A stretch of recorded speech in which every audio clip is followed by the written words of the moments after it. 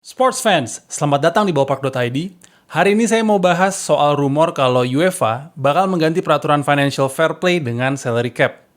Saya juga punya 3 alasan kenapa konsep salary cap nggak akan cocok dengan kompetisinya UEFA. Sebelumnya, kalau kalian punya minat yang tinggi sama berbagai isu di industri olahraga, pertimbangkan buat subscribe ke ballpark.id.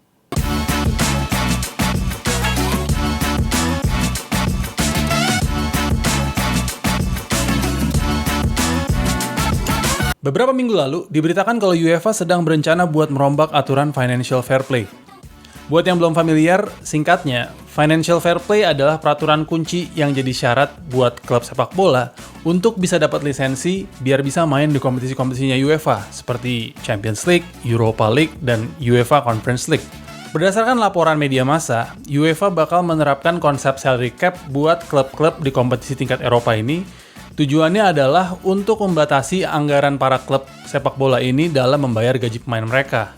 Konsepnya jadi mirip-mirip dengan liga olahraga di Amerika seperti NBA dan NFL.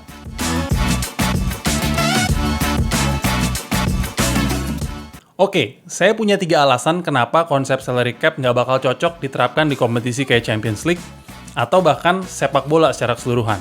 Sedikit klarifikasi, 4 poin yang mau saya share ke kalian di video ini terinspirasi dari sebuah artikel yang baru-baru ini dirilis oleh seorang sports lawyer ternama asal Inggris, Nick DeMarco. Dalam tulisan ini, DeMarco membahas soal peraturan salary cap yang ternyata udah pernah dicoba oleh liga tingkat 3 dan 4 di sepak bola Inggris, yaitu League One dan League Two. Peraturan ini kemudian terpaksa stop karena English Football League atau EFL yang adalah operator dari League One dan League Two kalah dalam gugatan yang diajukan sama asosiasi pemain bola profesional di Inggris yaitu PFA. Belajar dari skenario ini, DeMarco bikin beberapa argumen kenapa salary cap nggak akan cocok untuk diterapkan di sepak bola. Dan menurut saya, sebagian argumen tersebut cukup cocok kalau dikaitkan dengan rencana UEFA menerapkan sistem salary cap.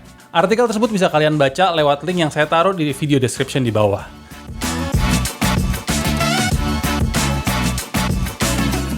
Sepak bola adalah olahraga yang sangat-sangat global. Sepak bola dijalankan di negara dan benua yang berbeda, di mana setiap liga nasional di suatu negara pasti punya keterkaitan erat dengan liga-liga di negara lain. Selain itu, alur perpindahan pemain antar negara juga tinggi banget. Akibatnya, bakalan ada aspek atau standar yang berbeda di dalam banyak hal, secara khusus di aspek terkait hak-hak pemain sebagai tenaga kerja yang main buat klub. Aspek seperti kualitas hidup, tingkat upah minimum, pajak, dan juga peraturan keuangan di berbagai negara pasti beda-beda semua. Menurut Nick DeMarco, bakalan susah banget menyusun sebuah ketentuan yang sama rata buat klub, liga, dan pemain dari berbagai negara yang beda tingkat pendapatannya bisa signifikan satu sama lainnya. Hampir mustahil ketentuan kayak gini bisa dimonitor dan ditegakkan secara efektif.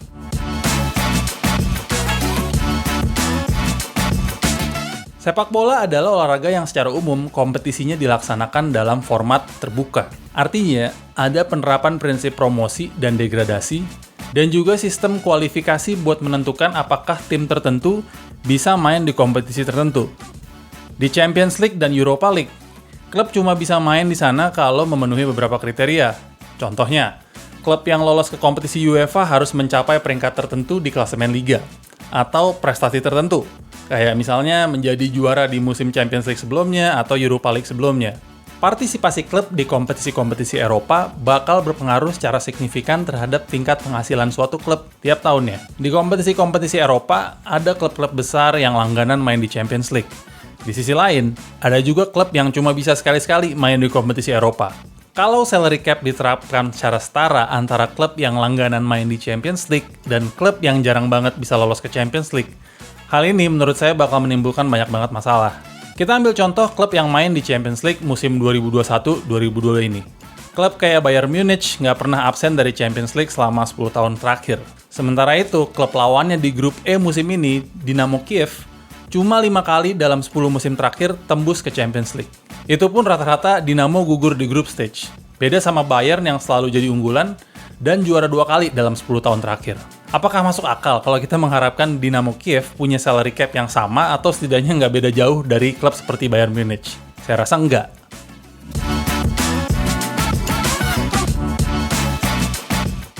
Alasan yang ketiga, salary cap nggak cocok dengan transfer system di sepak bola. Menurut Jonas Baer-Hoffman, sekretaris jenderal dari FIFPro atau Asosiasi Internasional Pemain Sepak Bola, konsep salary cap nggak kompatibel dengan transfer system, baik dilihat dari sudut pandang filosofis maupun dari sudut pandang finansial.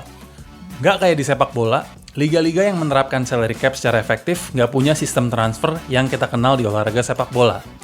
Di liga-liga olahraga Amerika, konsep salary cap sebenarnya dibikin sebagai metode buat memastikan bahwa ada distribusi pemain-pemain terbaik yang merata di antara tim peserta dari liga itu. Dengan salary cap, diharapkan kalau nggak ada tim yang lebih dominan atau punya peluang menang lebih besar, cuma gara-gara tim itu bisa nawarin gaji lebih tinggi daripada tim lainnya. Di sepak bola, sistemnya beda. Klub-klub sepak bola bersaing buat mendapatkan pemain terbaik melalui sistem transfernya FIFA. Dalam transfer sistemnya FIFA, faktor utama yang menentukan apakah klub bisa mendapatkan pemain tertentu adalah jumlah transfer fee yang bisa disepakati antara klub pembeli dengan klub yang menjual. Tawaran gaji dari klub ke pemain juga jadi faktor yang lumayan penting. Tapi dalam konteks pemain non-free agent atau pemain yang masih terikat kontrak, kunci utamanya tetap di kesepakatan antara klub soal besaran transfer fee yang akan dibayarkan. Sekarang kita asumsikan, dalam konsep salary cap-nya UEFA yang akan diterapkan, yang akan dibatasi adalah nilai gaji pemain, bukan transfer fee. Dalam skenario kayak gini, hampir bisa dipastikan kalau klub yang punya uang lebih banyak bakalan lebih dominan di bursa transfer, karena cuma perlu fokus ke transfer fee yang akan dibayarkan. Klub pembeli jadi nggak terlalu dipusingin lagi sama permintaan pemain untuk dapat gaji tinggi, karena toh jumlah gaji pemain bakal dibatasin juga. Oke, sports fans, itu tadi beberapa alasan kenapa konsep salary cap nggak akan cocok diterapkan di sepak bola, khususnya di kompetisi-kompetisi UEFA kayak Champions League dan Europa League. Gimana menurut kalian?